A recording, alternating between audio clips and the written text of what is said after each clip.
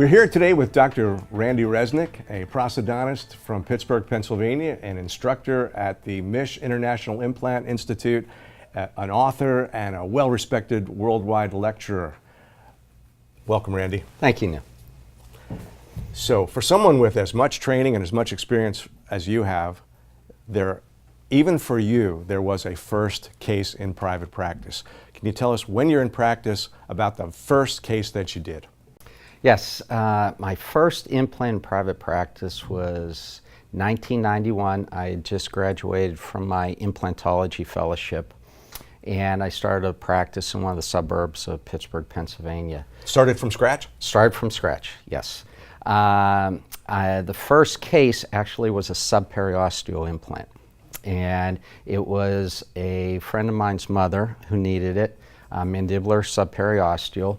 And I was fortunate enough to have Craig Mish, who practiced with me for many years in that practice, but he was there that day, and so he helped me with the case. But it was a subperiosteal is a different type of surgery than most root form or endosseous types of surgery. It's very invasive, and back at that time, we would drape not only all the countertops, we'd drape the floors, the patient. It was a big deal. Did under IV sedation.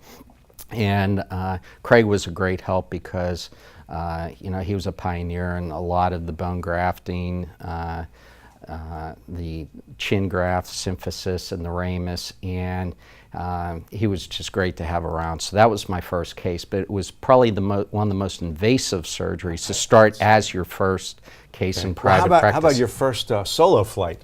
My first solo flight was, I believe, just a straight root form implant. Single implant, also on a friend of mine. Okay, so pick your friends. Yes, yes, and it was the first month of private practice. Everything went well. It was an easy one. It was number 5, so plenty of bone, no vital structures around, and not a high smile line, and it worked out great. So it was a big thing about treatment planning, right, to make sure that there was a low-risk case. Exactly, exactly. So, but number 5, that's got some aesthetic implications. Yeah, in some people it does. Fortunately, he had a very low smile line, so really didn't show it, and there was adequate bone volume. So. Okay, and how did the case come out? Perfect. It was ideal straight finish. Everything worked out very well. He still has it today. I still see him on a regular basis. Well, he was a golfing friend of mine, so we used to golf a lot. And have you done more implants on that gentleman?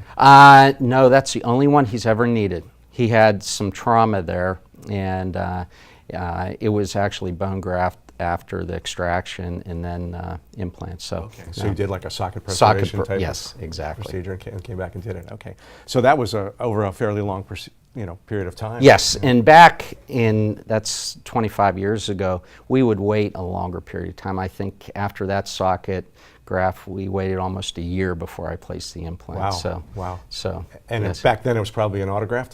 Yes, yes, we would always do so.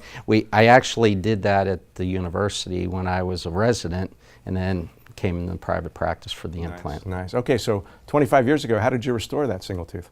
It was a screw retained prosthesis. Yes, yes, definitely screw retained, and now you see screw retained coming back. That's right. Yeah. So there's been a big swing. Yes. What do you think about that?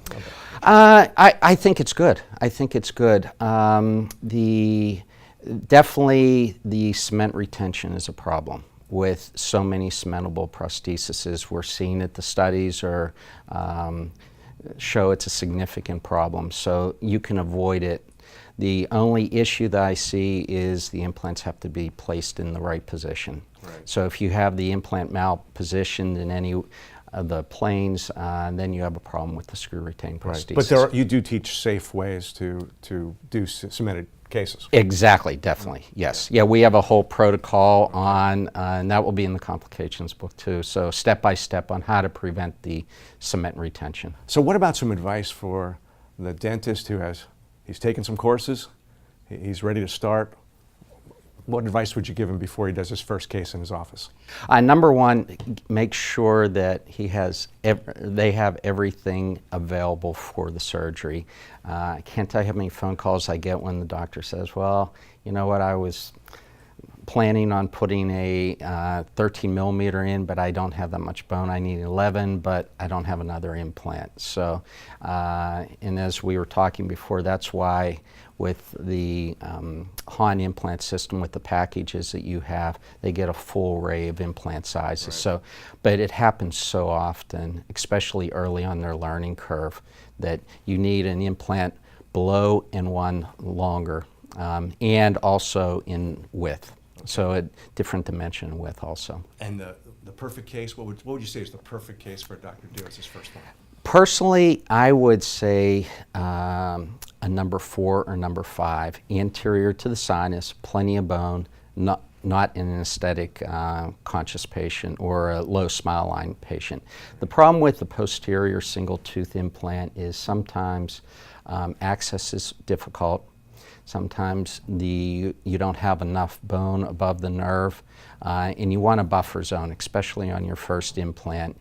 And sometimes in the posterior mandible, it's a little bit more difficult to drill for your first time. Okay, so pick the right case and have plenty of implants on the shelf. Definitely. Okay, anything else?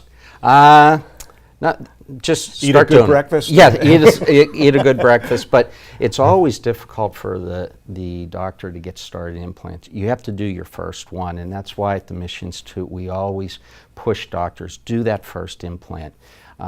If you're not comfortable with doing the first implant, start doing the extractions and the socket grafts. That gets your surgical skills elevated, and then it's very easy to go to the implant. Okay. And then, so you've done the first case on your friend, a case that you've already done ridge preservation.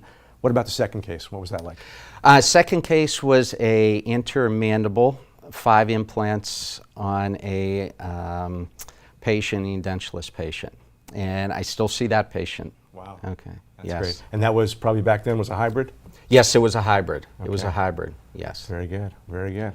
Well, that's some exciting stuff, and you've certainly done a great number of implants in the years since, and trained a lot of people very successfully to add this to their practice, and appreciate you spending the time Okay, with us. thank you, Neil. It's Absolutely. great being here.